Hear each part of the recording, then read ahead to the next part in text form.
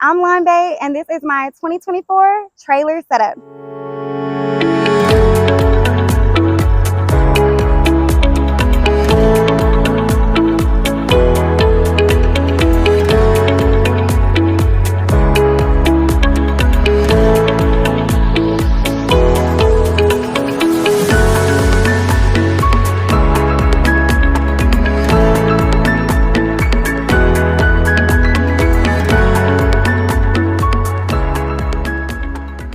What's up, guys? Hit that subscribe button if you're new here, and be sure to check out some of my previous videos to join my journey. So this season, we've got some pretty cool equipment.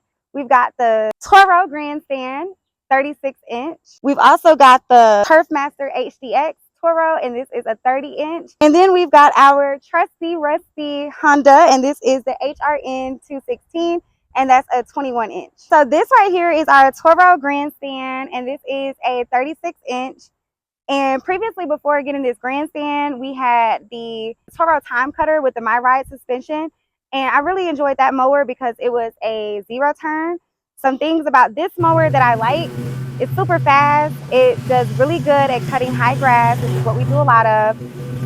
One of the disadvantages of this mower that I've seen so far is this plate. Okay, so this plate right here that's on the mower, it folds down, which I don't like, because when you get on the mower and you're trying to like ride, it doesn't allow me to have the stability that I need.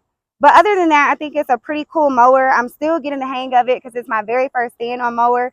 And I've heard a lot of people say that it's way harder to operate a smaller stand-on mower than it is with a bigger deck, which I found to be true. So getting used to this 36-inch has been a challenge, but I feel like when you start with something hard, once you get the bigger stuff, it's a breeze. One of the other things about this mower that I found kind of hard to deal with is sometimes there's a little bit of problems with this PTO switch. We have had to get this fixed a couple of times in the past, and you know, that was something I wasn't really expecting. But other than that, love this mower, super powerful. Now let's go check out my favorite mower on our setup.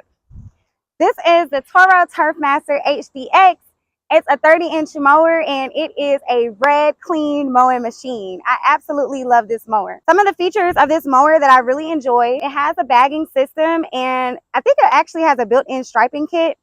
When I tell you the stripes that this mower leaves behind are crispy, it doesn't matter what lawn you're on, you're going to get a nice result every single time. Some of the disadvantages of this mower, I guess I'd say the cons, things that we've had to deal with so far: we use this mower on a lot of thick and overgrown grass. If you're going up a hill or you're trying to bag it, a lot of times the belt will break just in here, and that can get costly when you're going to the dealer to have it repaired.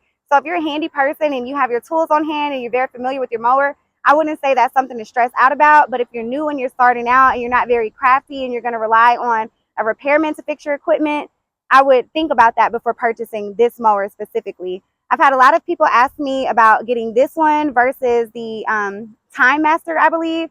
And I would say, just like I tell anybody, if you're just starting out, or if you're a homeowner, if you're someone just taking care of your lawns, or you know, you have a light lawn load, the Time Master is perfect to start out with. If you've kind of upped it in your clientele, or you're taking on some heavier overgrown lawns, I would say go ahead and spend that extra difference and cash out on the TurfMaster HDX. You won't be disappointed. Either way, both are great mowers and get the job done. Now, these are both commercial mowers, so they did actually both come with warranties, which gives you peace of mind when you're out here as a commercial landscaper. So that's something to keep in mind. Now let's move on to one of our older models, but it still gets the job done. This is my Honda HRN 216, and funny story about this mower, it's been with us since we began mowing as a couple. I really enjoy this mower because it is definitely stood the test of time. It always gets the job done, and it's small, but it's mighty. It leaves a great stripe. It handles all inclines. I mean, it mulches up like nobody's business, and it's always something that I can rely on. Out of all the time that we've had this Honda, which I believe has been about 6.5 years, we've never had to put it in the shop to get serviced.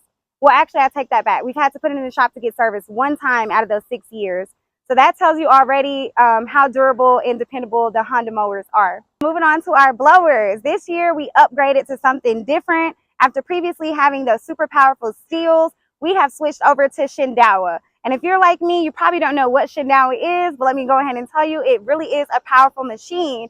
We're using this season the EB910RT, and the RT in the name, they are serious about that. This blower is snatching. Let's check it out. All right, y'all, so moving on to the weed eater and edger.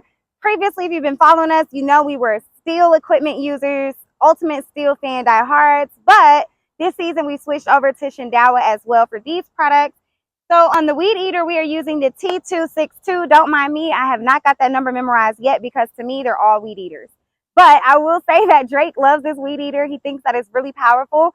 I think that he believes that it was comparable to the steel, if not better, and I haven't heard him complain about it at all.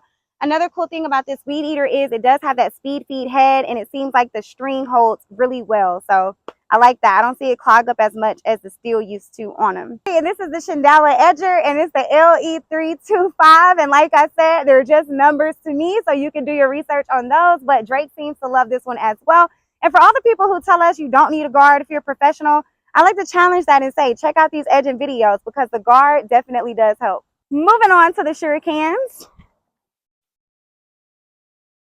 These definitely get the job done. I used to be upset with Drake all of the time because we were always worried about gas spilling out onto the customers' lawns. That's a huge no-no. And sometimes you just don't have that concrete area to mix your fuel in. So here comes the Shurcans to save the day. I really love the Shurcans. They don't have any spills. They keep your hands clean and they keep you smelling good throughout the day. So make sure to check out Shurcan if you haven't already. This is our trailer. And this year we went with the 2024 LoneWolf single axle 6x10 trailer with the 4-foot high sides. And if you're not new here, you know that this was an upgrade for us because unfortunately we had our trailer stolen this season. And so this was a bigger upgrade. We love it. One thing that I love about this trailer is the steps on the side. This was something that we didn't have previously, so I'm able to get on and off easier now. We also have the lights on the sides.